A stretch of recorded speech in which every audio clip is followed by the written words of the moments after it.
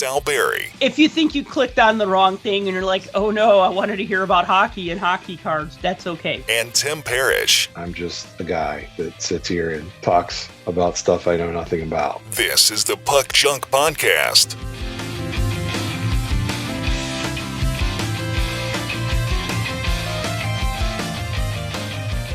Hello and welcome to the Puck Junk Hockey Podcast. I'm Sal Berry and with me is Tim Parish. And today we're going to talk about the 2022-23 Skybox Metal Universe Hockey card set. I had to double check and make sure that I got the year right because I can't even keep these years or sets straight anymore because we got 21-22 product coming out before the 23-24 season. We got 22-23 product coming out during the 23-24 season. And maybe, just hopefully, we'll get some 23-24 product coming out in the 23-24 season. Well, we definitely will. And we're going to talk about one of those later on in the show. But yep, we're going to talk about Metal Universe today, as well as some of the happenings around the world of the NHL and the world of hockey collecting. Tim, what's going on? Just hanging out here on this lovely morning talking hockey cards. Yeah, I know. Sunday morning before football is now when we're recording. So, watching the Chicago Bears, I'm reminded why I'm not a Chicago Bears fan, because every season I give them a chance to say, I'm going to watch football this year. This is going to be the year I'm going to become a football fan, and I'm going to watch football on Sundays and start making that my thing. Because, I like football when I was a kid. And then, the Bears just, totally suck, and I'm just like, okay, can't wait for hockey season, because even if the Blackhawks suck, it's still hockey, and I'd rather watch a sucky hockey team than a sucky football team, but that's just me. I don't think you should hit the panic button yet for the Bears. They could pull it together. No, I agree. But whether they will or not, I don't know. I think it's still a little bit too early for an overreaction. Yeah. Also, I think hockey fans are a little more patient because we have 82 games a season to let things unfold, and football's 17 regular season games? Yeah. So you got to figure it out in a hurry. And I think that's the thing, is that if you're 0-8, well, you're pretty much toast by then, right? But how many NHL teams have gone on an 8-game losing streak and turned it around? A lot, right? Yeah, because of the amount of games you have that. And I understand people's overreactions to everything, because I think I saw a graphic that was the last 30 some years, only 12% of teams have made the playoffs after starting 0-2. The odds are against you for sure historically, but I think they need to commit to the run game, but they won't do that. But yeah, whatever. I'm not a Bears fan either. That's just my observation. And this is not a football podcast, so yes, correct. If you think you clicked on the wrong thing and you're like, oh no, I wanted to hear about hockey and hockey cards, not about football, well, that's okay. We're going to talk some hockey. So head on over to our other podcast, the Pigskin. I don't know. I couldn't think of a name. Never mind. Why couldn't it just be the Pigskin podcast? Yeah, there probably already is one. Yeah, that's true. Okay. Well, anyways, so we're going to head on over to Columbus, where our once and future Jack Adams Award winner, no, I'm just kidding. No, not even close. Coach of the year. Wait, no. Okay, I'm being a jerk. Mike Babcock was fired as the head coach of the Columbus Blue Jackets. However, this is before they even started training camp. This is even before their first preseason game. So the guy that the Columbus Blue Jackets hired to be their coach is undefeated with a 0-0 record. It's funny because he's going to go down in the history books as a former coach of the Columbus Blue Jackets without actually having coached any games.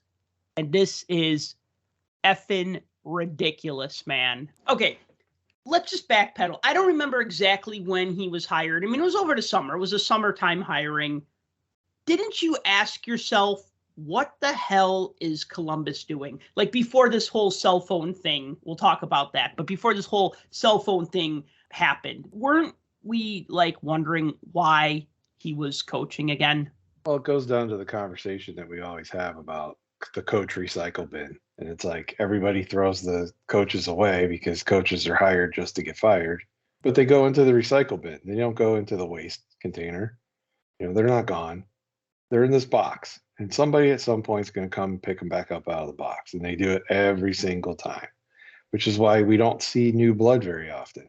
Occasionally, maybe once a season, once every couple seasons, we'll get a couple guys that get bumped up from the AHL or get moved up from an assistant position or get brought over from another organization or something like that. But it doesn't happen very often because they get stuck in their ways. It's the old tried and true method. Hey, this guy was successful. Let's bring him in. We'll be successful too. It doesn't always work out that way, especially today's day and age where everybody's quick to cancel everybody because they're hurt feelings and everything else. And I'm not saying what he did was right by any means, because I've never been a Babcock fan, and I think his methods are kind of old and outdated. But have we been able to show that old and outdated coaches can still be successful? Yeah, we can. Look in Philadelphia. We have an example of a coach that, again, came back in after being told time and time and time again that they're a horrible coach. They're too stringent. They're too old school. They're too this. They're too that. But yet somehow he's been able to take that team, and we haven't heard any issues about it. So, but Babcock somehow just keeps, I don't know. He just doesn't seem to want to change. It's just crazy. So just to get you all up to speed, I'm sure you've heard about this because it was all over the news. I mean, it was first mentioned on the Spit and Chicklets podcast. Okay, so I remember listening to the episode where they talked about that, where Bissonnette was like, he's going through the cell phones of young rookie players or young players on the Blue Jackets and asking to see their pictures and read their text messages and stuff like that. Now, that came from messages that he got directly from players. Yes. That's what you have to keep in mind. He wasn't just spouting off, I hate Babcock, so I'm going to make this shit up. He didn't do that. It was straight. I mean, he got messages from these players saying, hey, this is going on. And when you send that to somebody that hosts a podcast that notoriously is a players podcast, like they will support the players 100% all day long and twice on Sundays. If you send something like that, they're going to bury you with it. I mean, they're going to. And so they threw it out there. So they threw it out there. Of course, Biz, makes it all vulgar. Like, I'd make sure there was a picture of my hog, Biz being Biz, basically. So sometimes it's hard for me to take him too seriously because it's like, he basically takes it to the nth degree, right? And I get it. He's trying to be funny. He's trying to be entertaining, but that's who he is. You know what I mean? So he's going to clown around about it. So then you hear Columbus's spin on this, and they're like, oh no, what we were doing was exchanging family photos where I would show them photos of my family and they'd show me photos of their family. And I'm just like, okay, that seems plausible, right? But really that's their spin because he went to the GM and he went to the team captain and that's what he did with them, right? So then when they hear about it with the other players, they go, oh, yeah, we were showing family pictures too, right? When in fact he was just like, hey, give me your phone and going through it. Or what was the other thing where he'd like AirPlay it, like basically wirelessly connected to the TV and they would just go through it together? Yeah, they're going to be they're allegedly displayed on his TV in his office. So, of course, that's a privacy issue and kind of violates professional boundaries, I would think, between a coach and a player. Absolutely. But it also came out after whatever the investigation was. A couple of these incidents happened at his house. At his house. He invited players over for lunch, saw pictures of them, and then like gave them their phone back and said, okay, have a nice day. Didn't even give them lunch. Right. I'm like, wow, this is crazy. Now, the thing is that he did that with the Maple Leafs players when he was coaching in Toronto, and we found out about that now. Because the reason why, remember one of the reasons or the reason why they fired him, there was all that fallout from when he, what was it? He asked Mitch Marner to like criticize Babcock, I'm talking about Babcock, but he told Mitch Marner when he was a rookie, remember he wanted him to like criticize each player or write down, like, he wanted him to rank his teammates or something, and then rank your fellow teammates from like best to worst. Right. And then he was going to share it with the rest of the team. Right. Okay. And that's so stupid. I mean, that's the reason, and I use quotes, that he was fired. But there was this other stuff too that we didn't know about. Now we know about. So I guess the thing is that Babcock was an even shittier person in Toronto than we originally thought. He still made his $8 million a year for 8 years or whatever. I don't remember the exact dollar amount, but I do remember in that episode of the podcast that we talked about this many years ago, you said Babcock could build a house out of money and still have money left over. Like, just use stacks of money to build his house. It's because you get put in these positions where you can sign these contracts where they're going to guarantee your money, and you don't perform and they toss you. Well, they still got to pay you. Yes. They got to pay you to be here, and they got to pay you to go away. But so here's the other thing too, and I kind of have this. I'm not a big college sports fan, and whenever you hear about a college, I'll pick on football because it usually seems to be college football coaches where you find out later on like how they were really just like these terrible people. It's like, well, yeah, when you get to coach for 40 years at the same place and you never get fired, nobody questions you and everybody's in awe of you, you get away with stuff. You start to get away with more and more stuff, right? Like if all NHL coaches were signed to 1-year contracts for $1 million, they'd be looking over their shoulder all the time. They'd probably be second guessing themselves maybe a little too much because they'd be worried about their next contract instead of performing in their current contract. But you take away that fear when you give somebody job security and you give them a lot of wealth. So it's like, well, hey, you know what? If I royally screw up, I'm still going to get paid no matter what. And so that's a problem.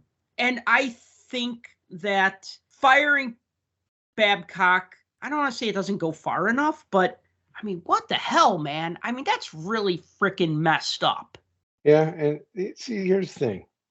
Like, if you were an older player, and I guess I'd be generalizing this, but in my mind, I'm thinking like an older player, you know, maybe has a family, maybe has, you know, kids, whatever, is more of a family type person. I got to be careful with what I say here. No, I get what you're saying. But yeah, you would more think, relatable. You know, hey, you want to show me pictures of your family? I'm just trying to, you know, get used to you. Yeah, sure. Here's my kid. Blah. Here's my mom. Here's my wife. You know, we did this over the summer, and just go through and do that kind of stuff. But like a younger 18 to 20 something single guy. Yes. You're not getting my phone. No. And the other I'm thing not saying that it's filled with stuff, but it's filled with stuff, and you're not getting my phone. Well, here's the thing though. Like if one of your coworkers that you were fond of had kids and asked to see pictures of your kids and wanted to show you pictures of his kids, you'd probably be like, yeah, cool, right? Because that's what parents do, right? That's a thing, right? I mean, I don't have kids, so clue me in here. If they don't have pictures on their desk, then yes. Right. I mean, that's what I'm saying, though. But I think back now, thankfully, when I was 19, 20, 21, this was before digital.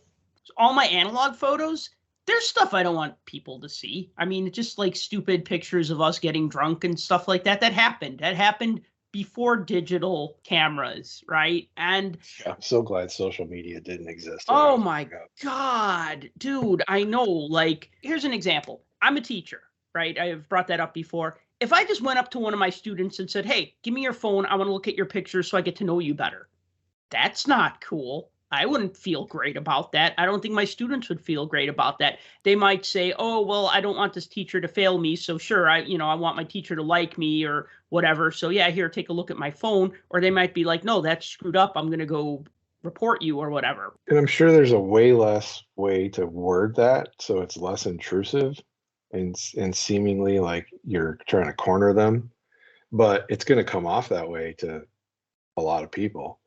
And when you're cornered like that, I mean, look, what player especially a player trying to make a roster spot, for instance, because this is all happening pre-training camp, Yes. right? So we have these team rosters that are stacked with players right now because they haven't pared them down for the season. So there's guys trying to make a career and trying to become NHL players. You're put in a corner. Are you gonna like lash out at your coach No. that could basically destroy you in an instant? No, you're not going to do that. And like I said, even for some of these older players, they may not care as much. Do I think the generic canned media friendly legal response that came out from Boone Jenner and Johnny Gaudreau were their opinions straight up? No. Do I think those players that are seasoned veterans would have had as big of an issue? Probably not. So they're not the guys that are the target of this, I don't think. And see, that's one thing Biz said in interviews afterward. He's like, look, I don't regret a single thing about this whole thing, except for the fact that I accidentally said Boone Jenner's name. That was it. That was the only thing he regretted, because that's kind of like a trust violation. But just the pressure and everything of how big this got. This wasn't just like, hey, it started off as a, hey, somebody just texted me, blah, blah, blah. And then they're like, Babcock, he's a POS, blah, whatever. And, the continuation of the story that everybody's talked about for years. But then it blew up so big that it just became like this giant pressure cooker. It became bigger than it was. And then the investigation went out and it's like, yeah, so we're going to have to ask you to pack up your stuff and hit the road there, buddy. And that's what happened. He stepped down. He resigned. I think it was, we're going to fire you, so you better resign. I think that's what it was basically boiled down to. And here's the other thing, too. Columbus made the conscious effort to hire him, right? So back to what we started this conversation on. We keep recycling these coaches over and over and over again. And it's like, when we have other people in our organization that are more than qualified to take over this job and to become the head coach when we have a head coaching vacancy, why do teams do this? And they made the conscious effort to do this. So do you put some of the issue on Yarmo and the rest of the organization? Is it their fault that they did this? Because here's the thing. Everybody thought Pascal Vincent was getting this job.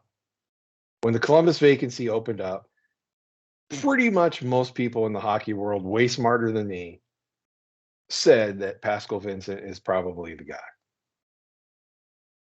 And then he's not.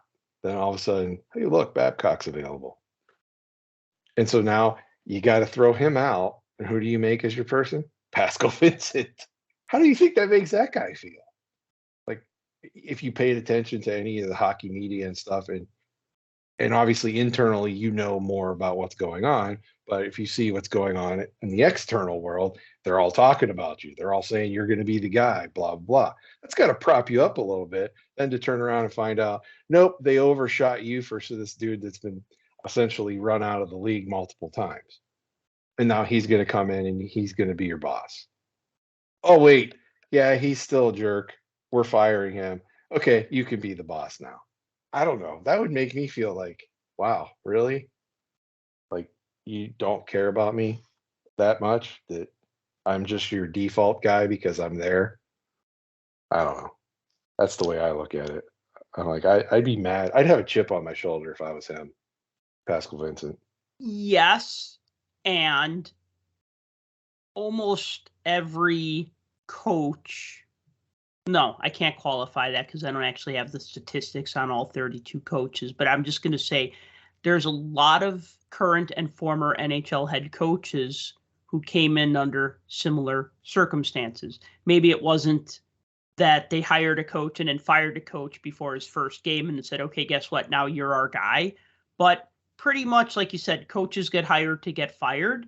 And then somebody gets pressed into into service to become the coach. It's not always a clean entry. It's like, well, you're going to take over as head coach. Like the assistant gets promoted to head coach, or the AHL coach gets promoted to become head coach, and then they just stick around, right? So usually when you are made coach, it's because somebody else was fired and you're filling in for them. And a lot of times it's mid-season. It just happens, I guess. Is what and like saying. you said, it happens a lot in mid-season.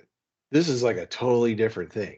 This is like, okay, we thought Brad Larson was the guy.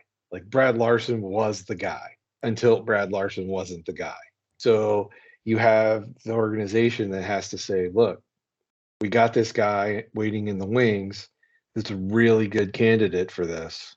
But somehow Yarmo and John Davidson get together and they're like, you know what would be really good? Let's see if we can hire Mike Babcock instead.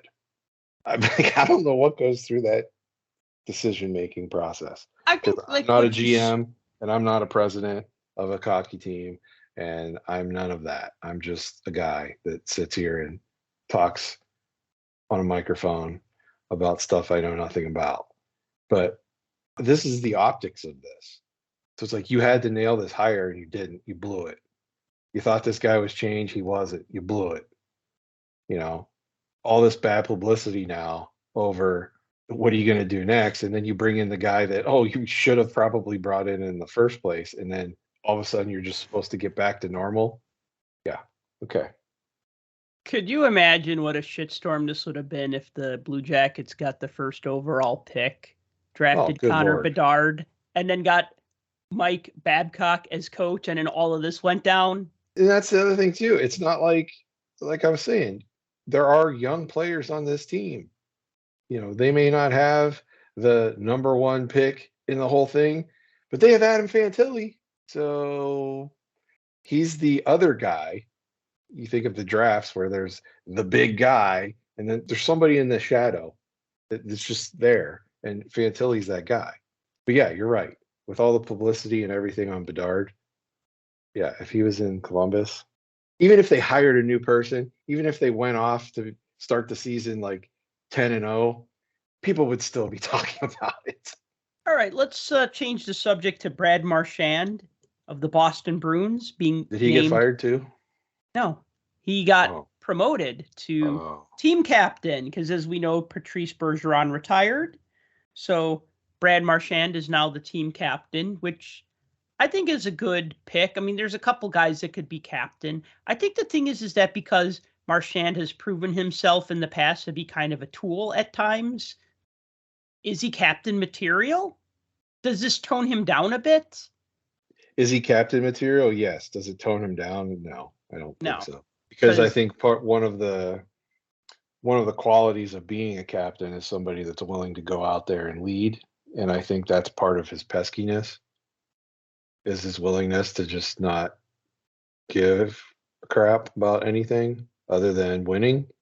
That kind of goes into that. Mm-hmm. But isn't he also, remember like when he was dismissive of it was an interview, it was like a ringside interview, and he was just giving like these curt one-word answers because he was so pissed off at that journalist. And like another time, like didn't he like step on a player's stick to break it or something, like during a face-off or something? I'm trying to remember. I mean, he's bit people, he's licked people, he's shot water bottles in people's face. I mean, he's done. I guess that's the thing, is like you think of a team captain, you think of like, a Keith Tkachuk or Jonathan Taves or a Mario Lemieux, and not a Claude Lemieux, if that makes sense. A Mario Lemieux and not a Claude Lemieux. We just got done talking about people that do they change and stuff like that. He's made a concerted effort to kind of move on from the licking people phase of his career, I guess. And I guess we could put it in quotes and say that he's matured a little bit. I look at the overall roster here, right? You look at this team and you look at who's on the roster and you're like, who else is worthy of that C that you could give it to?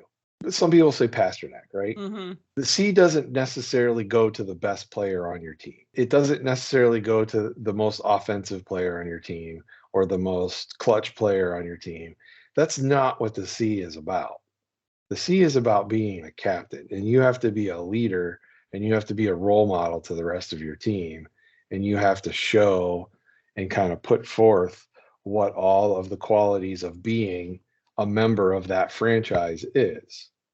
So, him being the 27th captain in a long line of Bruins captains, I don't see anybody else on that team as somebody that you could really give that to. I mean, unless we're going to say maybe Charlie McAvoy. I was thinking McAvoy. I mean, Yeah, McAvoy is under contract until 2030. Marchand's only under contract for another 2 years, and that doesn't necessarily mean anything because he's also 35, and that's why. Right. So they're probably figuring it's his time to be captain, right? I mean, it went from Chara to Bergeron, and it'd be kind of, I don't want to say unfair. I mean, Marchand's been with the team his whole career. True. There's something to be said for that. If you're a corporate lifer, I mean, you should get some recognition, right? Yeah. Not to change the subject back to the Blackhawks, because I do that all the time, but I look at like famous Blackhawks. I mean, can you believe Bobby Hull was never team captain?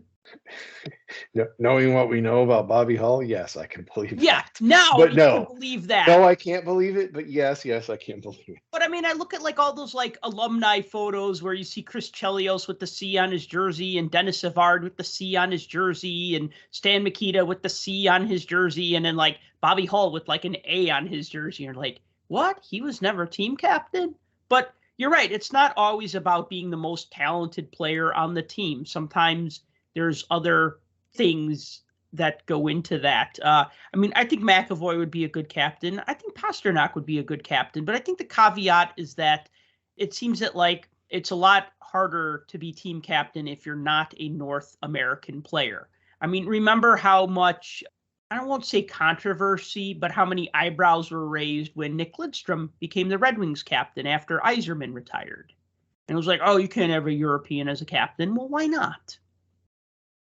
He was a great player, so great many captain. Right. And there's so many different, like, I don't know if you would call them tropes to all of that, but that's kind of what they are. It's like, just like you can't have a coach in Montreal that doesn't speak French. Is that a rule?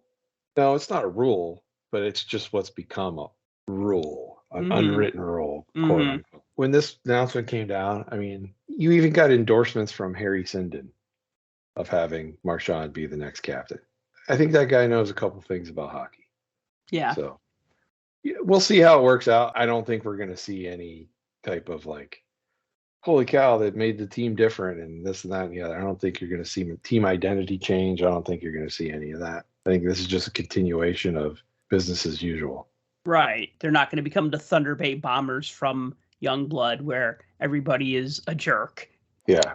Although if you don't like the Bruins, you probably already think they are. But, that's neither here nor there. I don't think it was accidental that in the movie Youngblood, the Bombers were wearing Bruins colors. They looked like the big bad Bruins, with the black uniforms and such. Complete coincidence. Complete coincidence. All right, so I want to also talk about the Chicago Blackhawks not naming a team captain for the season. And I'm just like, the Blackhawks are one of those teams where they have 3 alternate captains and they're going to pull some, well, everybody in the locker room is a leader, right? Like we're all leaders here and everybody's a leader. And we have so many guys that could be captains and we just can't pick one. And I just hate that. I feel like when you have like 3 alternate captains, it's always on a team that's a mess.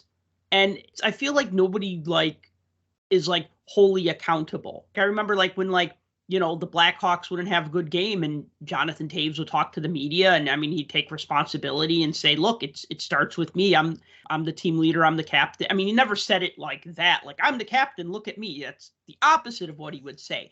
But I feel that when nobody's in charge, it's just not a good thing. I always kind of looked at Minnesota when they were doing those rotating captains and it's like, good luck not making the playoffs again for however many years in a row, right? So I know a couple weeks ago, Seth Jones was lobbying to be captain, which I totally agreed with. I knew it was going to backfire because it never works out. Like if somebody says, oh, I'd love it if they made me team captain, I'd be honored. And that's probably the quickest way to guarantee that it won't happen. But I think it should be Seth Jones, and I'm kind of annoyed that they're going with 3 A's this year. That's Bush League. I didn't hear the press conference. I just read about it afterward. What did Kyle Davis say? Something like it was out of respect for Jonathan Toews or something like that. Because, the body's not even cold yet. So. Okay, hold on. We're not talking about not dating for a year after, your wife passing away, right? That's not what we're talking about here. We're talking about a hockey team. We're talking about a business. And out of respect. Kind of the same thing. Yeah, I mean, okay. Yeah, I could see them giving it to Seth Jones, but then again, I could also see them not giving it to Seth Jones. I mean, really, again, you look at it, you look at the players that are tenured on that team. At this point, Seth Jones, I don't know, Connor Murphy maybe. I don't know where else you go from there. Most of the other quote unquote name players or star type players caliber that you would say, yeah, I could see that person with a letter. Taylor Hall, he just got there. Nick Foligno, just got there, and Corey Perry too. The thing is like, You're not going to give them the C. They just got there. Yeah, I mean, that only happens if you're John Tavares.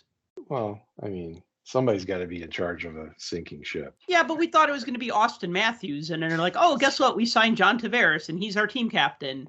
Yeah, I agree. I could see Seth Jones with it, but I don't know. Here's my take on this. Jones signed an 8-year contract. He's on the second year of this 8-year contract extension. He's making $9.5 million a year, and he's got a no movement clause, right? He wants to be on the team. The team wants him to be on the team. He's going to be part of this team for a long time unless he requests a trade. And, okay, look back at the Blackhawks dynasty years, and we go, okay, Kane and Taves, right? But it really started when they drafted Brent Seabrook and then Duncan Keith. I think Seabrook was drafted a year prior, right? And then Corey Crawford. So like all these other players kind of came into the picture before, but then the focus really sharpened when, the Blackhawks got Patrick Kane and Jonathan Toews, right? Kane was our best player, but I don't think he even had a letter on his sweater when they won the cups all those years because there were other players. So just like you said, being the best player doesn't necessarily make you team captain. It feels like they're holding this captaincy for Connor Bedard. But that's a lot of pressure. Like, hey, we're not going to have a team captain this year so that we can make you team captain next year if you prove yourself, right? No pressure, kid. I mean, it's probably less pressure, though, to not have the letter. Because you don't have to then go in there and try to be, I'm the new guy, I'm the young guy, I have to establish myself as a player. Oh, by the way, now I also have to be the leader in the locker room? Well, no. I'm not saying you make a rookie a team captain. That's a terrible idea. And that only happens in movies anyways, right? I was going to say, they didn't even give Crosby the C his first year. No, they gave him an A, which I thought was kind of silly, but whatever. He got the C quickly thereafter. But well, no, I think we've learned long ago that he's not one to be trifled with because that's well-deserved. And just like it was for Toews. And like you said about having those players that you had during that time frame, I mean, you have this nice leadership group, and you have a leadership group that you can build around. And those guys, are not going to drop the ball because they care about their careers, they care about each other, they care about the franchise, they care about that team. And so you have that group, whether it's Toews and eventually Kane and Duncan Keith and Seabrook, and you have those guys that are that core unit. Right? I don't know that this current roster has that. No, you're absolutely right. They don't. They're building that. I mean, they got a lot of promising young players, not just Bedard, but I mean, they got Kevin Korchinski, they got Lucas Reichel. So they're building in the draft. You're way more of a fan of the team than I am, obviously. So I get the frustration with it. I don't necessarily disagree with not having one. I don't like it. I think all teams should have a captain and alternate captains. Having a bunch of A's with no C is kind of weird to me, but I get it. I totally get it from that standpoint. Like, who was your leadership group? Well, it dwindled down to basically one guy, and he's not here anymore. So are you just going to give it to the guy that signed the longest term contract that may not be your best player on your team? Oh, by the way, may not even be your best defenseman? I don't know. I don't know what kind of leader Seth Jones is, but could I see them giving it to him? Sure. But I get it. I mean, I understand why they did it. I don't have to like it, though. Yeah, so I've said my piece on that. I want to talk about toys. Toys? Because, yeah, we got hockey toys that made a comeback, or they went away and came back. So you probably remember, if you're a hockey fan of a certain age, you probably remember when the McFarlane SportsPicks hockey figures were on shelves at Toys R Us stores back when there were Toys R Us stores, or KB Toy stores back when there were KB Toy stores. Damn, there's no more toy stores, right? Walmart, Target, whatever. So McFarlane Toys gained back the license to make hockey figures licensed by the NHL and the NHLPA. And this is kind of a big deal because it's hockey related. A lot of people like the SportsPicks figures that they made from like 2000 to 2014. You know, they were in the market for like 15 years. Then the license went to a company called Imports Dragon. And a lot of people who collected hockey figures didn't like the Imports Dragons figures because they said that the likenesses weren't as good, the detailing wasn't as good, the proportions weren't as good. They looked more like glorified starting lineup figures, whereas like the McFarlane Toys figures had like wrinkles on the jerseys, and you could see scuff marks on their skates from where they might have blocked a shot, and all those little details that really made fans like their toys. So anyway, so back on September 21st, McFarlane Toys put up 8 figures for pre-sale on their website. Matty Beniers, Cole Caulfield, Sidney Crosby, Austin Matthews, Connor McDavid, Alex Ovechkin, David Pastrnak, and Tage Thompson.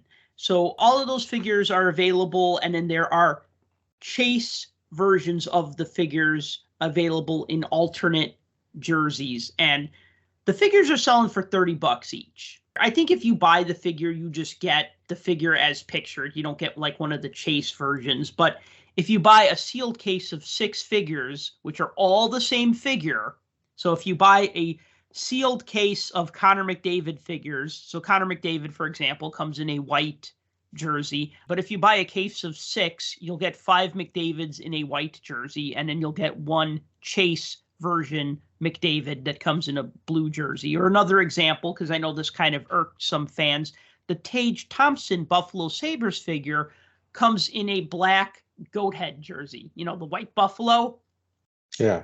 So it comes in that, and then the chase version is in the blue Sabres jersey that we all kind of see as like the iconic Sabres jersey. So if you want that version of the figure, you either got to pick it up on the secondary market, try to find it at a toy store that's selling them.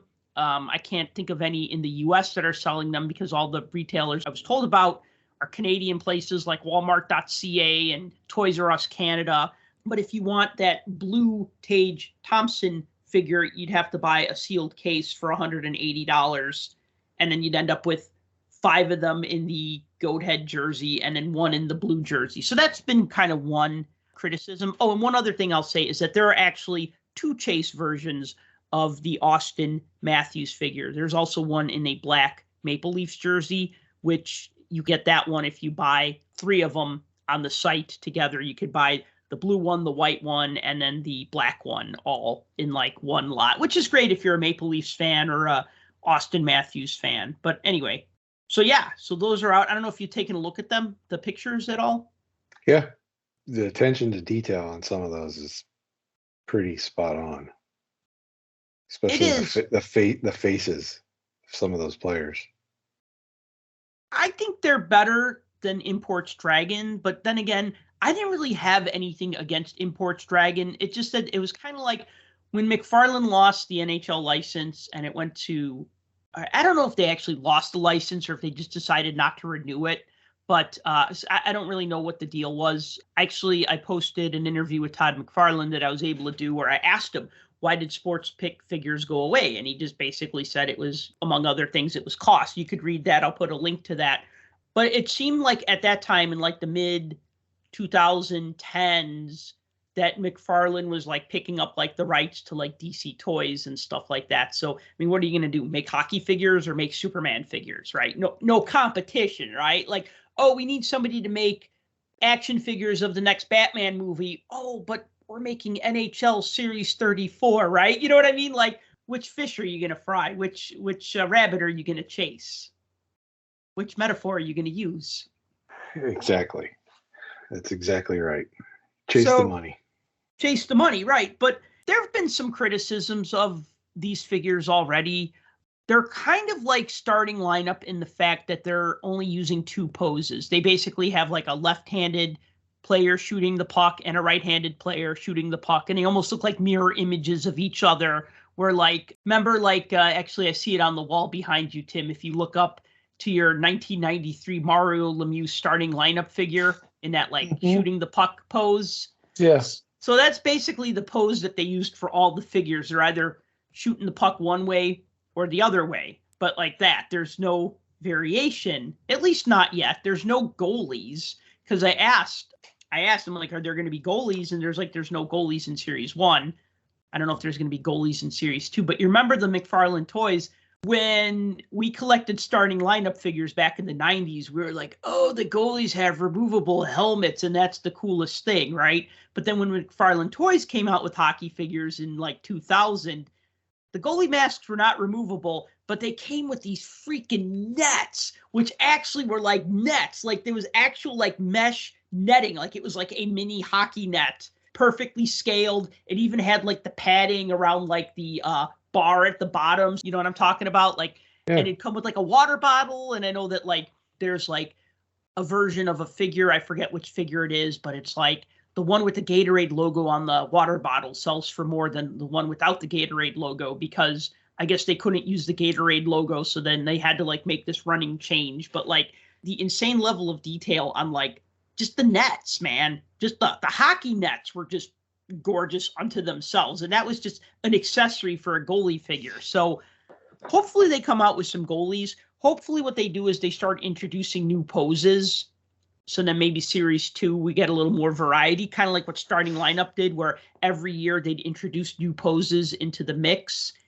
And then they'd, have a little more variety.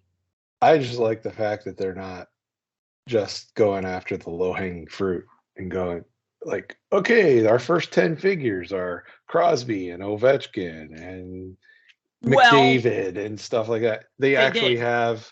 They have those guys, but they also have like Beniers. A lot of the younger players. So, and they went with Beniers as well. So there's a Seattle Kraken influence there to try to get some of the newer fan base involved. So, well, it makes sense. He was Rookie of the Year, and then you get Cole Caulfield. Yeah, so I think having some of these younger guys included in the mix and not waiting till later. And Tage Thompson, I mean, think about how popular he's become the past couple of years. Yeah. So I like that they've mixed up the checklist. Right. Yeah, I agree.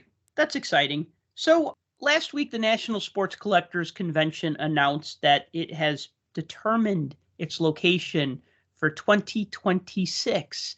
And that location, drum roll, is going to be Chicago, Illinois. Yay! So we were saying, no, wait, Sal, it's going to be in Chicago in 2025. And I go, yes, it is. And it's going to be in Chicago in 2026. So me living in Chicago and Tim living close to Chicago, we're pretty happy about this idea. Because I got to tell you, man, 14-hour road trip to Atlantic City, New Jersey, was a long trip, and it's hard. I mean, I get it. Everybody has to deal with this. Anybody who has to drive a long distance to sell at a card show gets it. But I'm just feeling a little smug that it's going to be in my hometown for like 2 of the next 3 years and 3 out of the next 4 years.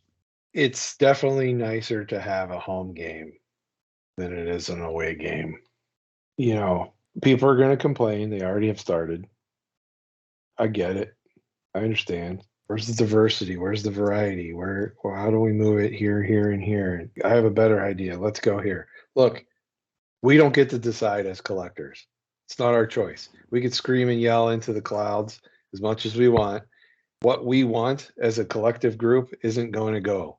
What's going to go is what the dealers want. because this is a dealer show.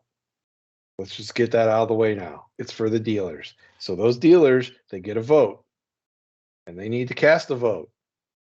And so if you don't want it to be in a certain place, you need to tell your local dealer or your favorite dealer that sets up at the National and gets a vote to go vote every time they bring these up.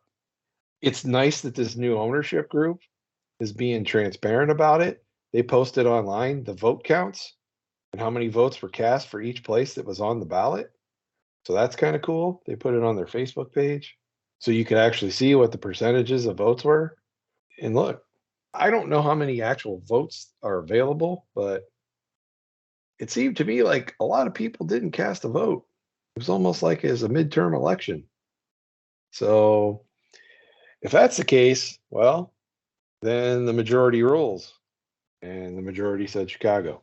So here we are. Well, Neener is what I say. Yeah, no, I'm excited about that. I mean, next year it's going to be in Cleveland, I believe, and that's fine and good. I'm just glad it's not like going to go to Atlanta. I know that was one of the choices. It didn't get a lot of votes. Yeah, you're right. It is a dealer's show because you know what? Put it to this way. If you were going to take a flight to Chicago, you'd probably take a flight to Atlantic City. Or if you're going to take a flight to Atlantic City, you'd probably take a flight to Chicago. I guess what I'm saying is like people who are going to travel for card shows are going to travel to buy stuff. It's easier to travel and buy stuff than to travel and sell stuff.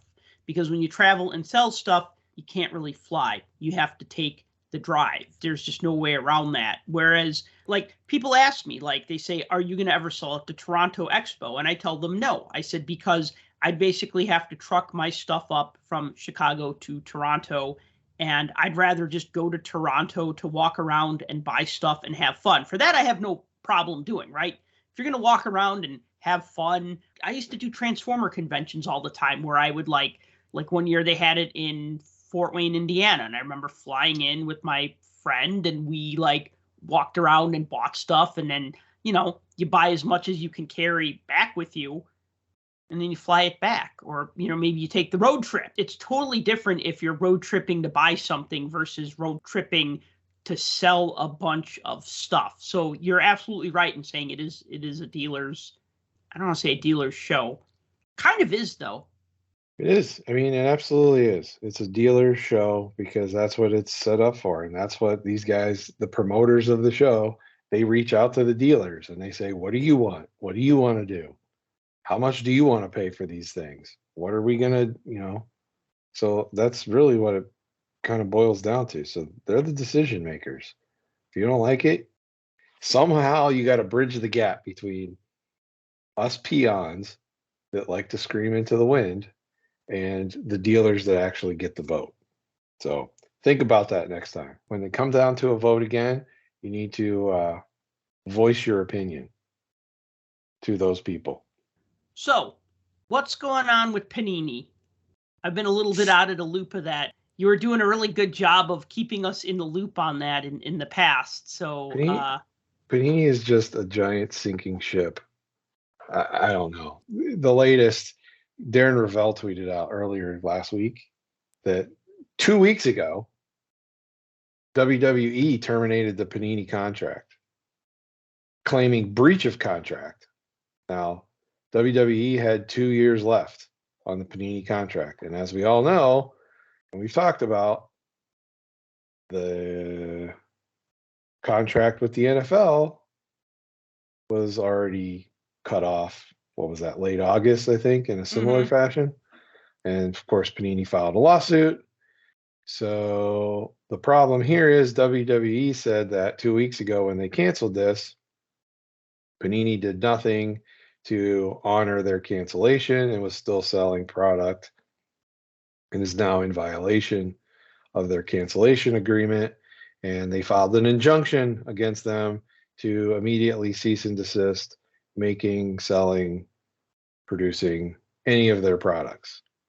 So if Panini's actually selling product and they're producing product and all of that kind of stuff after the termination of the contract, that could be seen as a violation of the contract termination. So given that fact, the injunction was filed against Panini to stop them and recover damages. Well, as we know, NFL did the same thing. Panini fired back with the lawsuit of their own. So I can imagine this is all going to now come up with more lawsuits of back and forth. So, yeah. Now, here's the funny part about this. Well, it's not funny. None of this is funny. It's bad for collectors. It just is. That's the bottom line for it. So it's not really funny. So it's not funny, funny, like ironic or whatever. We have seen numerous accounts of Fanatics events, corporate type events that have gone on over the last few weeks, with lots of pictures posted on social media of various people at all of these events and showing Michael Rubin kind of rubbing shoulders with the likes of, oh, I don't know, the commissioner of the NBA. And who still has the NBA license? Well, that would be our nice folks over at Panini. So, is it another domino going to fall? Like shortly? Where the NBA is going to be like, hey, Panini, we're gone. We're taking our money elsewhere. Because at this point, I can't imagine what is going on at a company that has their licenses that they thought were secured for at least the next 2, 3, 4 years, depending on who they were with. And they're now just getting hit from every angle of people breaking their contract deals. And then filing injunctions and lawsuits and everything else to where your only option is to file lawsuits back. I mean, we've got Panini with lawsuits against Fanatics, with lawsuits potentially here against the WWE, filing stuff against the NFL. What's next? I mean, they just lost the judgment against Wildcard. Remember that Wildcard case that went on? If you don't, it was because they stole the Stat Smashers IP, I guess, and used it in Panini product. But rather than just use the name and have some other design, no, they grabbed the entire graphic, the Stat Smasher graphic from the old Wildcard releases, and used it exactly for their own Stat Smasher cards. And they got sued and they lost. And that lawsuit was huge. Millions and millions of dollars. I can't imagine at this point Panini has even that much money. Because look, they don't honor redemptions. They're screwing around with like product and stuff like that. Now they have all these lawsuits. They got broken into, if everybody remembers, not that long ago, after the whole Fanatics thing went down. Then it came out later that Fanatics tried to buy them and they falsified their documents showing that they were more financially solvent than they were. So it's like one thing after another. As a hockey collector, I'm glad they're not in the hockey market anymore. Because the only thing I can tell people is buyer beware. If you continue buying their products, if you continue sending in redemptions for them, if you continue ordering from their websites and stuff, good luck. You're doing so at your own risk. I don't think this is a company that's going to last much longer, honestly. Like, there's only so much you can take. If the guns are all pointed at you and they're all firing at once, I don't know how much of a bulletproof wall you have, but it can't be that much. And just to clarify one point, so Panini, we're talking about Panini America, because there's also Panini in Italy, which is the parent company, and they're huge. And they make tons of money. And soccer stuff and all that kind of stuff. Their sticker business is huge in Europe. In fact, maybe it was about a month ago, 60 Minutes on CBS did this like 10-minute piece about Panini soccer stickers and how popular they are all over the world. It was a good piece, but they didn't talk anything about Panini America, Panini basketball, or football cards or whatever. It was just really about Panini's sticker business and how it started and how it became like this global phenomenon. So they're going to be fine. They have their stronghold. It's Panini America, which was for a long time a really big, powerful. I mean, remember we used to talk about the big three, and it was Topps, Panini, and Upper Deck. Yeah, I mean, those were The big three. when most of the quote unquote smaller companies got all absorbed in together. Those were Mhm. like your three biggest guys out there. By the way, that settlement, that Stat Smasher settlement, I just looked it up. 25 million is what that was. 25 million. And you're not even paying a company that's manufacturing cards anymore, technically. Is Wild Card a company? Yes, but it's not the Wild Card from before. They have to pay bankruptcy creditors because Wild Card, as it stood back then and was the owner of that IP, no longer exists. So yeah, it's not the current Wild Card, it's the old Wild Card. That's what they took. So yeah, so they have all that money tied up in all these lawsuits. They got to pay out for everything. I don't know. I have no faith that they're going to exist for that much longer. They can't. So yeah, Panini America. We can clarify that and say it's Panini America. At some point down the line, if the bigger Panini company, and this is a subsidiary of them, they've got to say, it's time to cut and run. We've got to be hemorrhaging. We're losing licenses. And I think they lost the vocal minority, I'll call it, from social media. I think they lost that customer base a long time ago. So it's just a matter of time here. But yeah, it's just something else in the dump on Panini realm. And I'm not doing it intentionally. It's happening. We're watching this collapse in real time. It's crazy. Okay, so let's move on to some hockey card business. So they've already put up 23-24 Upper Deck Series 2 hobby boxes for pre-order. Now, when I went to DA Card World this morning, they said they didn't have any in stock, or they're not taking pre-orders anymore. Or it just says, we don't have this item available at this moment. Please enter your information, blah, blah, blah. Yeah, I think there's a reason for that. And I think that reason would be the initial releases of the pre-order pricing for the Series 2 hobby boxes that came out when the sell sheets hit. Because I'm not going to lie, they're ridiculous. And I think I even tweeted out about it with a conversation about what was going on. And I look at a lot of the major online retailers and pre-sales, and keep in mind, this is slated for February. So this is a February release. We got pre-sales in September. Okay, so plenty of time here. Flagship Upper Deck Series 2, $2,400 a case. This was on multiple sites, 3 of them, in fact, 3 of the bigger ones. So $2,400 a case, 200 plus a box. They ranged from 197 up to like 205 for a single box pre-sale. Blasters, pre-sales for blasters were 25. Okay, you look at that and you're like, yeah, a lot of blasters have gone up to 25 selling retail. But keep in mind, blasters are 4 packs. What? This year. Oh, 4 that's packs. right. Yes, with more 48 cards per pack. Because there's 12 cards per pack. So it's 48 cards. It's a 4-pack blaster. $25.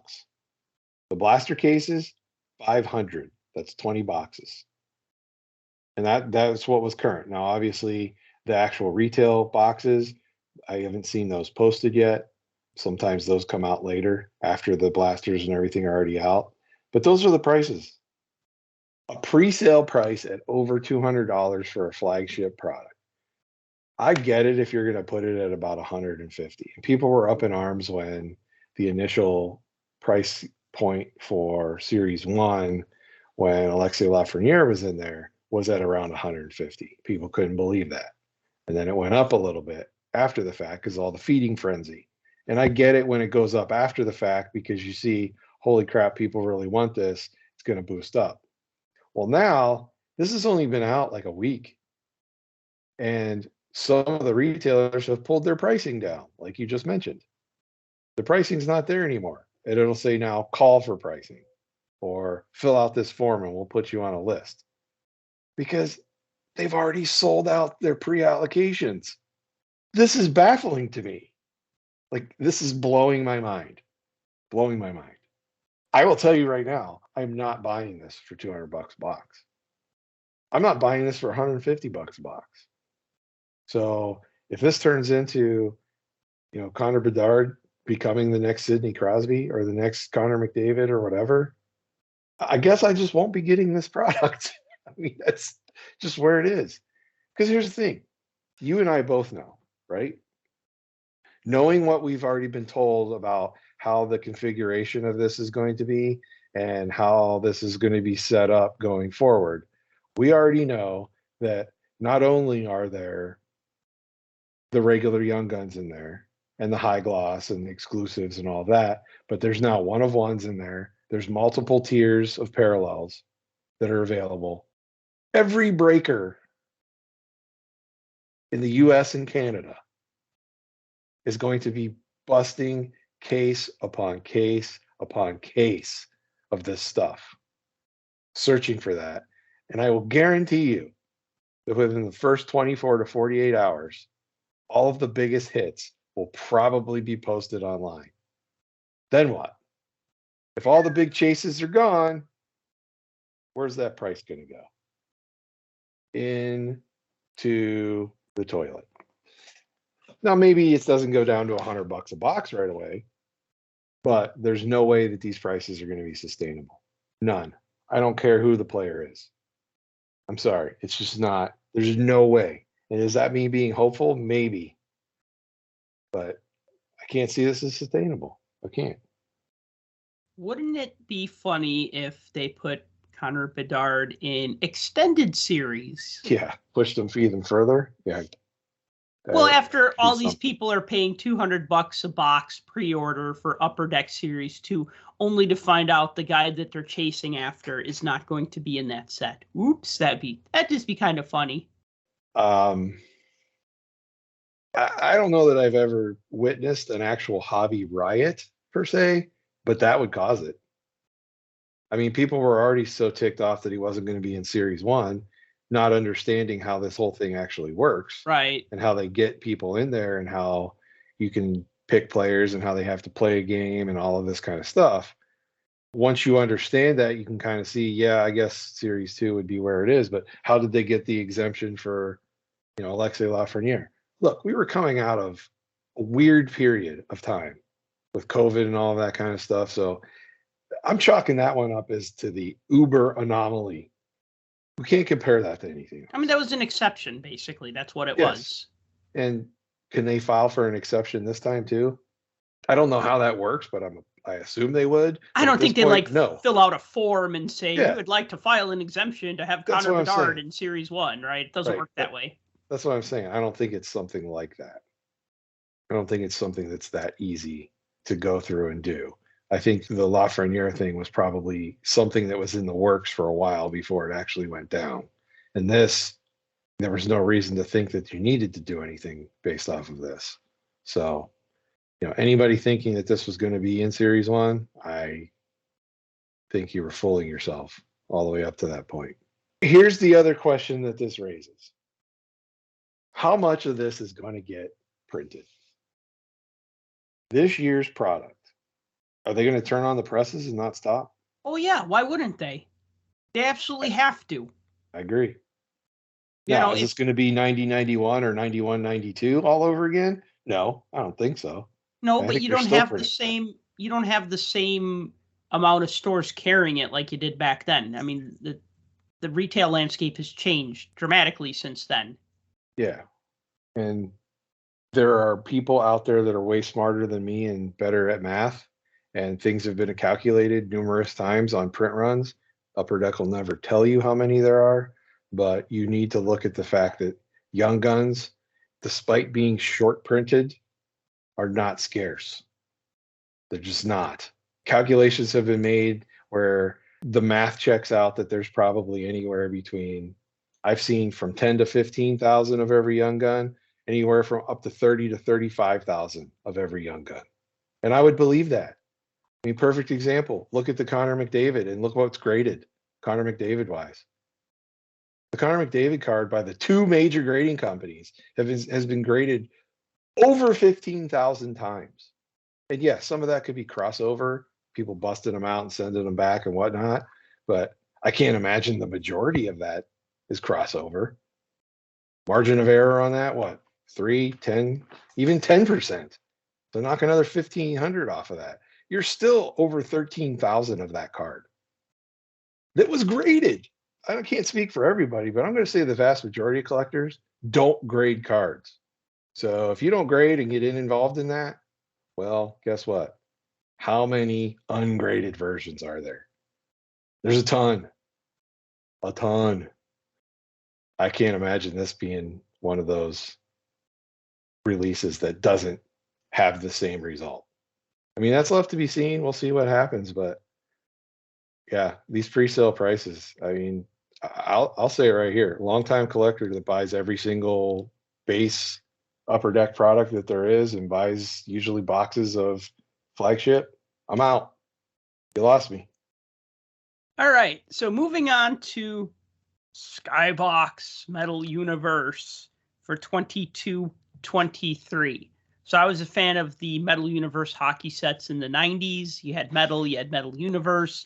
Came back in 2021, featuring kind of these weird metallic-y, outer spacey kind of designs that look like a cross between something industrial and something interstellar. You know, you got like metal and you got like space and night skies and planets and stuff like that in the background. So it definitely has an aesthetic that screams the 90s, and I like it. So here's the deal with Metal Universe. It's a 100-card base set and a 100-card short print set. So there's 200 cards total. 1 through 100 is the base set of veterans. 101 to 150 are short printed star cards. 151 to 200 are short printed rookie cards. So 200 card set, 100 base cards, 100 short prints. The hobby box prices right now, they're hanging at about $120 for a 15-pack box. Each pack has 7 cards. Now, the blaster box, I'll just throw that out there really quick because I'm a big fan of blasters, especially with this product. It's $30 for a 5-pack box, and you get 7 cards per pack for 35 cards total.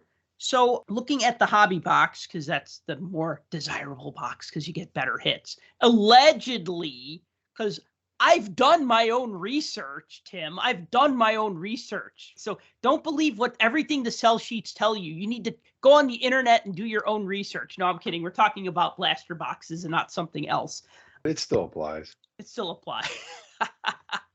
So the hobby box basically highlights that you get 3 Skybox premium prospect cards per box. Those I could totally do without. 3 $98.99 Metal Universe retro cards per box. Also not a fan of the design, probably because it's not rooted in any hockey design and they're kind of dark, and I'll talk about that. Probably be the first time I won't actively pursue the retro set like I have in years past.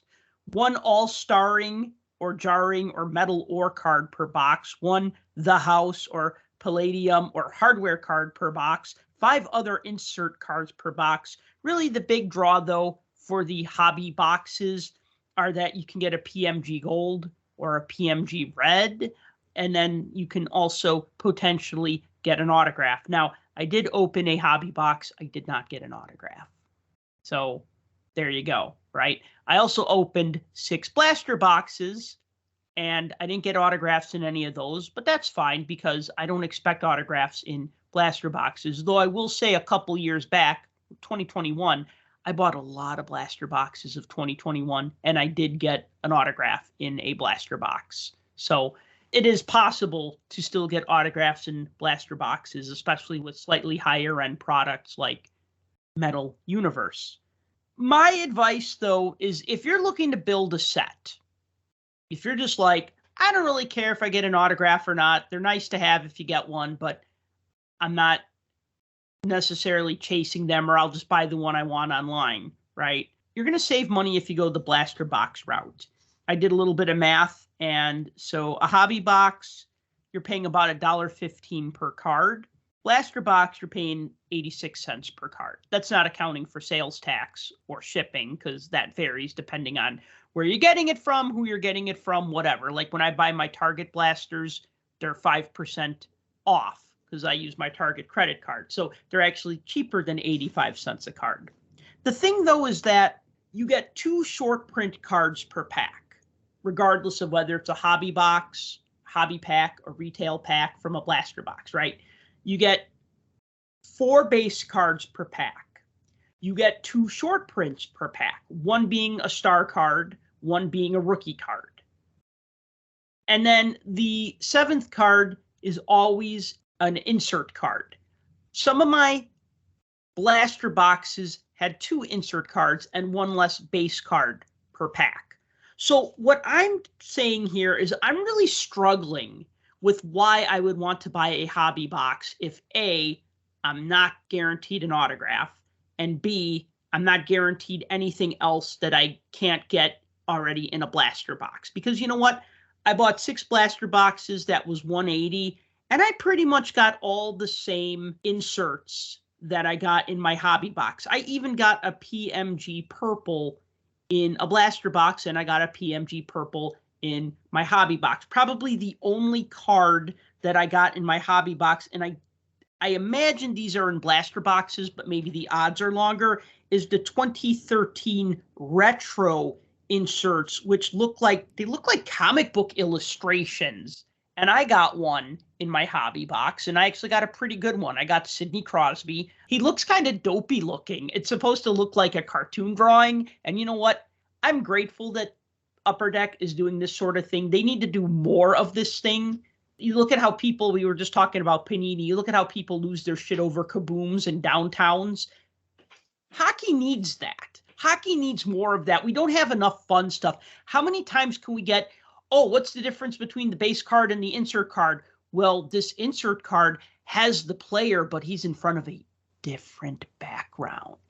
He's in front of a roller coaster, and we're calling it Thrill Rides. He's in front of some geometric pattern, and we're calling it Center of Attention, right? Like, an insert card is just the same player in front of a different background. This 2013 metal retro insert is actually a drawing of Sidney Crosby with, like, flames behind him, and it's pretty freaking cool, even though I'm dissing on the likeness a little bit.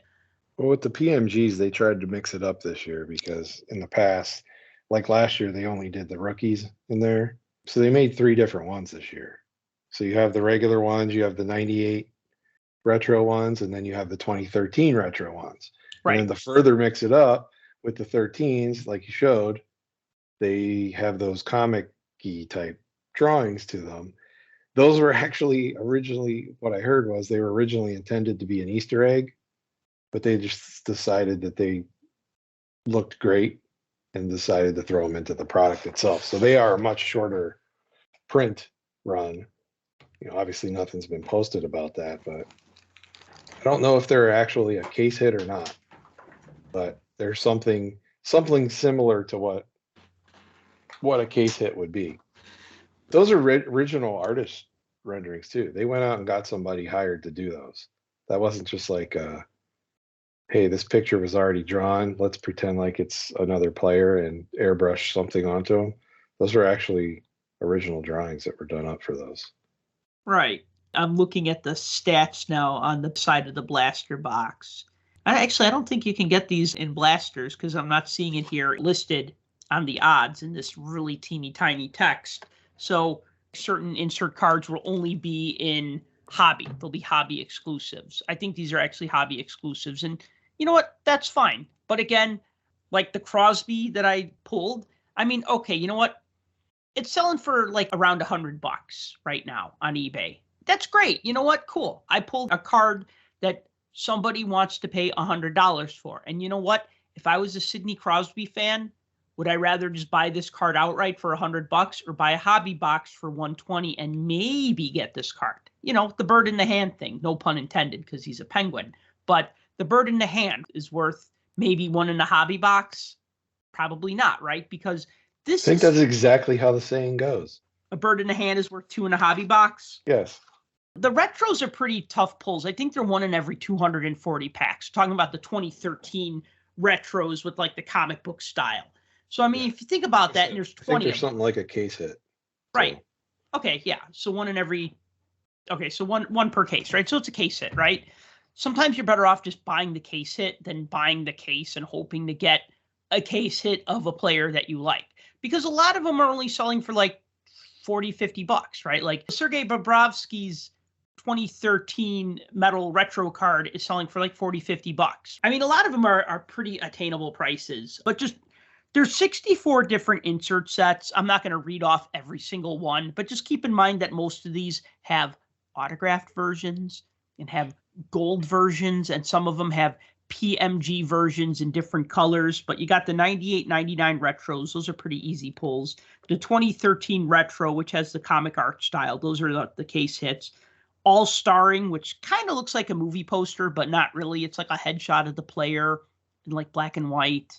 Yeah, but you know where that one came from, right?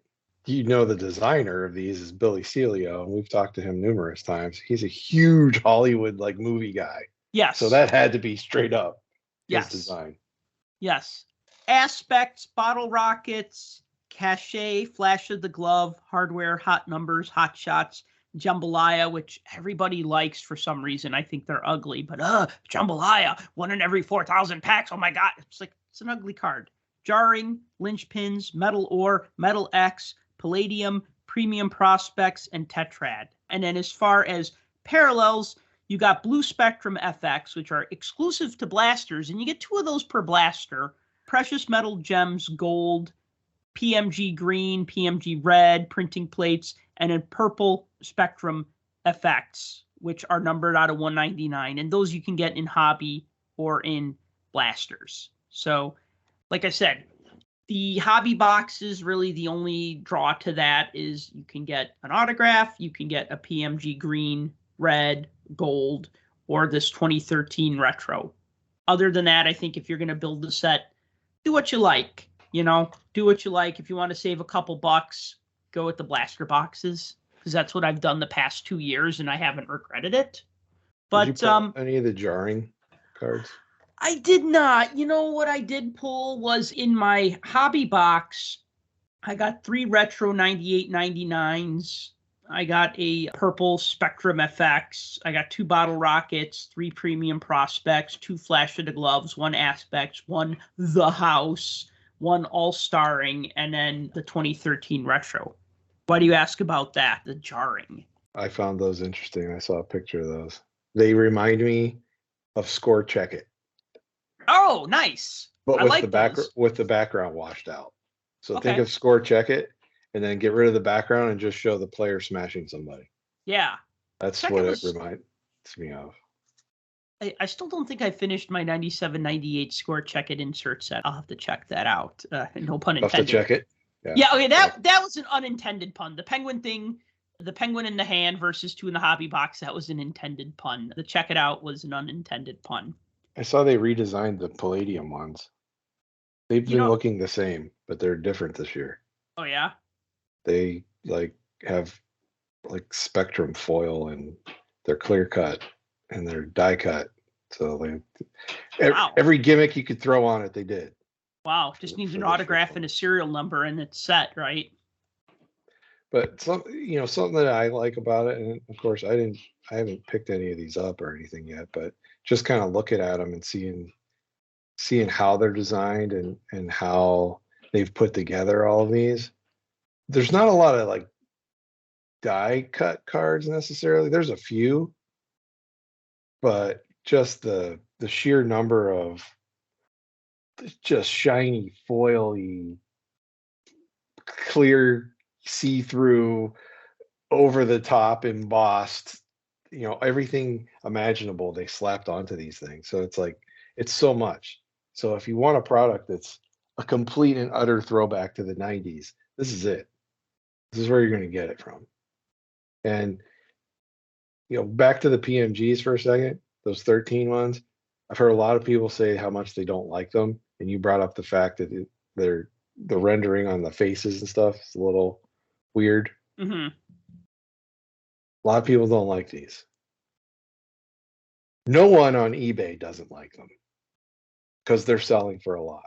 Yes. Like you said, even when Bobrovsky sells for $40, how many other Bobrovsky cards can you find that aren't an autograph or something with game used in it sell for $40? Exactly. I'm going to go with none. So, yeah. So there's a demand for these, and it may not be your cup of tea, but I'm not big on the PMGs anyway, because I'm not into like chasing after all that kind of stuff. If I find something that's Penguins related, I'll pick it up. So that's not really my bag. I thought they were interesting. They're a little different. And yeah, throwing that in there, I could definitely have saw those as an Easter egg, but honestly, I don't think this product has any Easter eggs. If you go through that list of everything that's available on the checklist and everything that's shown on the odd sheets, I think it's all there. It all matches. So I haven't really seen anything that is an Easter egg that's popped up or anything. I will say this, that product hit, what was it? 10 minutes into that day, the 1-of-1 Caulfield PMG was posted online. Oh yeah. Yeah. So that was quick. I haven't seen the Beniers one yet, but the Caulfield one hit online like instantaneously. But there's a lot of value here. If you're into that kind of thing, especially you mentioned those greens, you can pull the green PMGs from the hobby boxes. I saw the Beniers green out of 10. I think one sold for like $500 a couple days ago with quite a few bids. And the highest comic-y one I saw was Ovechkin. Those are numbered, right? They're numbered out of 100. The PMG versions are, yes. Yeah. The Ovechkin red, which is numbered out of 100, sold for like 400 and about 470 not too long ago. I think it was right after release time. So yeah, so I mean, some of these inserts are highly sought after, and there's people out there that are gonna go for them for sure. I don't know. I think there's something for everybody in here. This may not be the product for you. You may not want to chase after the base set, but I think some of these inserts are going to be the biggest draw. I mean, that's really what's going on here. Well, there's a huge draw on some of these inserts. I looked up like some of the inserts, and right now they're not okay. So the PMG inserts, yes, because people lose their stuff over PMGs. Really, the reds, the greens, anything that's numbered like out of 100, anything that's numbered a little higher. Maybe some of the purple ones, although those are technically not PMGs, those are Spectrum FXs. But one card that I pulled in my hobby box, and I also got two in my blaster boxes, is called The House. And I was just like, yes, that's a weird name for an insert until I actually looked at it. And so they're referring to that area from the net out to the face-off dots and how that makes kind of like a triangle. So I'm aware of that triangle. Usually, I don't know, usually when I watch like the NHL Network or Hockey Night in Canada and they draw the diagram and they talk about the high quality chances are from this area. I've never heard of anybody refer to it as the house before. I just know, I don't know. I mean, I know that's like where you're going to get most of your scoring chances, but I've never heard that term before. So I feel a little smarter now knowing this. See, some people feel dumb for never knowing that. I feel smarter for now knowing that. You were aware it was a stat that was kept. You just didn't know that it was called the house. I just knew that it was like just the high danger area or whatever. Yeah. That's kind of in advanced statistics. You'll see player stats put up all the time of how well they perform within the house and their statistics that pop up in that area. So those cards are, so if you hold it vertically, go sideways so the house runs up the side, that's kind of how the card is supposed to be displayed. So it's got that player headshot in that thing. It's an odd design. I like what they were going for. It's an odd design to me. Just having that player's head in that like home plate shape that's outside of there, it's definitely interesting. And different. Did it need to be a clear cut? I mean, I get that they're trying to do like the rounded corners of a hockey rink. So, okay, I understand why it's die cut. But I guess what I don't like is I don't like inconsistencies in like the card types. Like, remember we were talking about Synergy and how Synergy has like the clear cards and they're like double layered, and then there's a lot of like clear cards that are single layered, but then they'll just randomly throw in a card that's nothing. That's just, it's an insert, but it's not necessarily a clear cut or a die cut. It might be foil. It might not be foil. I guess I don't want to mix my beef and chicken, if that makes sense. Like sometimes you want to do that in a burrito and sometimes you don't.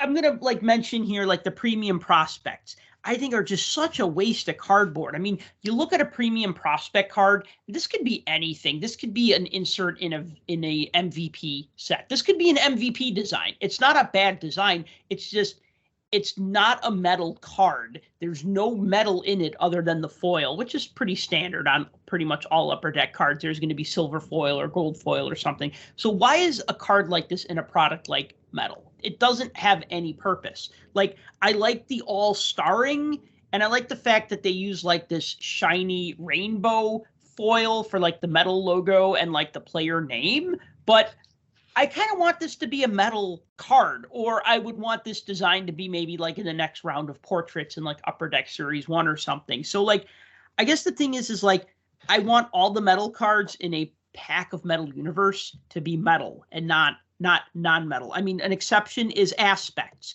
because Aspects is kind of like one of those 50-50 cards where a lot of it isn't metallic, but what they did was they did a silhouette of the player.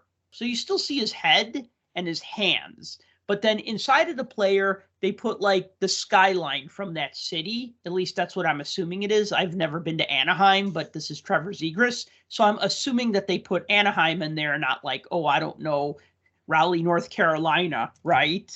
Here I got another one of Cale Makar from the Avalanche, and superimposed inside of him is, I guess, the Colorado Rocky Mountains.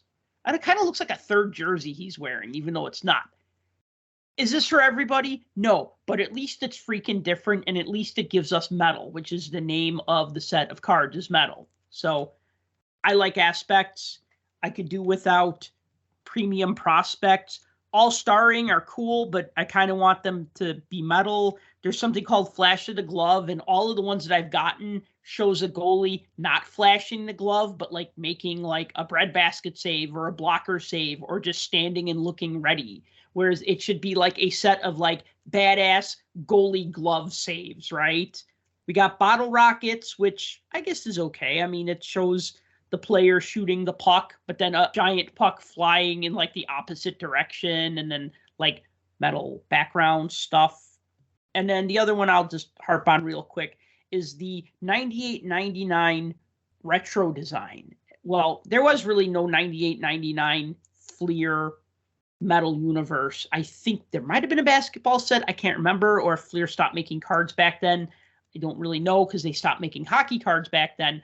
But my problem with these is that the background is like a bronze color. And go, okay, cool. They don't use bronze enough in cards.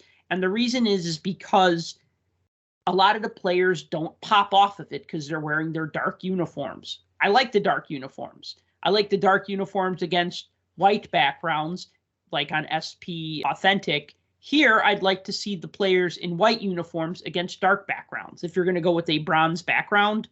But that's just me. I don't know. And it also doesn't feel very university. Does it feel metal? Yeah, it's got rivets on it and stuff, and it's got like silver foil and bronze foil board, but it doesn't feel university. There wasn't a hockey one. I think there was baseball and basketball. Okay. In those. Yeah, I see what you're saying. I just think this is their one chance. This is Upper Deck's one opportunity to like throw as many of their innovative card design techniques and everything all into one product and just have it all blended together in like a cornucopia of card design. Copyright that. You better trademark that. People are going to be using that for weeks. Cornucopia of card design. Yes. We need to put that on a shirt. Yeah, I mean, the shiny, the embossed. A lot of the cards are embossed. Like if you feel them, you'll feel that they're embossed. Those ones you keep bringing up, the all-starring with the movie poster, they kind of remind me of when you don't have the parallel ones, when you just have the base ones, they remind me of Platinum Portraits without all the little holes in it. Oh, yeah. Like that's what the shot would have been of Platinum Portraits before they put the holes in it.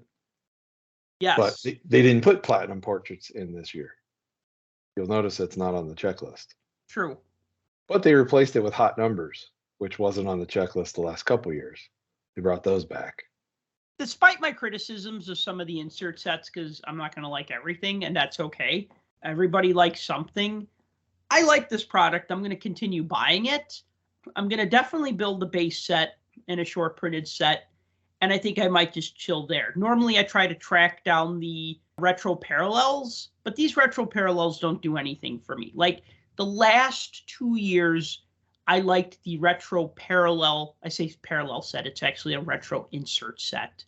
The retro insert sets from 2021 and 21-22, I've actually liked those more than the base card design. The retro design, I said, that's what I want the base card to be, because there's more planets and nebulas and outer spacey stuff that makes it feel like a Fleer Metal Universe set from the 90s. We're never going to get exploding atoms and giant plants and cybernetic Borg attachments on the player's equipment like we did in the 90s, because, you know, the PA is going to look at that and be like, no, you can't put a Borg eye on Sidney Crosby's face. You can't. You could just do this ridiculous cartoon drawing of him instead. I'm just kidding. It's not ridiculous, but you know what I mean? Like, they're not going to say, oh yeah, that's cool, let's put the player, you know, being attacked by a giant plant. Although I like the one where he's bursting through a brick wall. I mean, that's cool. But and then the other thing I just want to say really quick is that I find this year's design of the cards a little dark, meaning that like you kind of got like the cool purpley background of the space and stars and stuff, but then you kind of got this kind of weird metal. I don't know what quite to make of it, because it's like metal with like holes in it, but the holes are like different sizes. So it's not like it's like, oh, well, those are rivet holes or those are whatever. Like sometimes they'll put like a plate that looks like it's got rivets and stuff, but they didn't do that here. I'm not quite sure what it's supposed to be. It almost looks like Swiss cheese. It looks like if Swiss cheese were made of metal and that got thrown over the purpley sky background, and then the players like kind of coming out of the Swiss cheese a little bit. When I first saw it, yeah, it reminded me of 96, 97 Pinnacle Summit.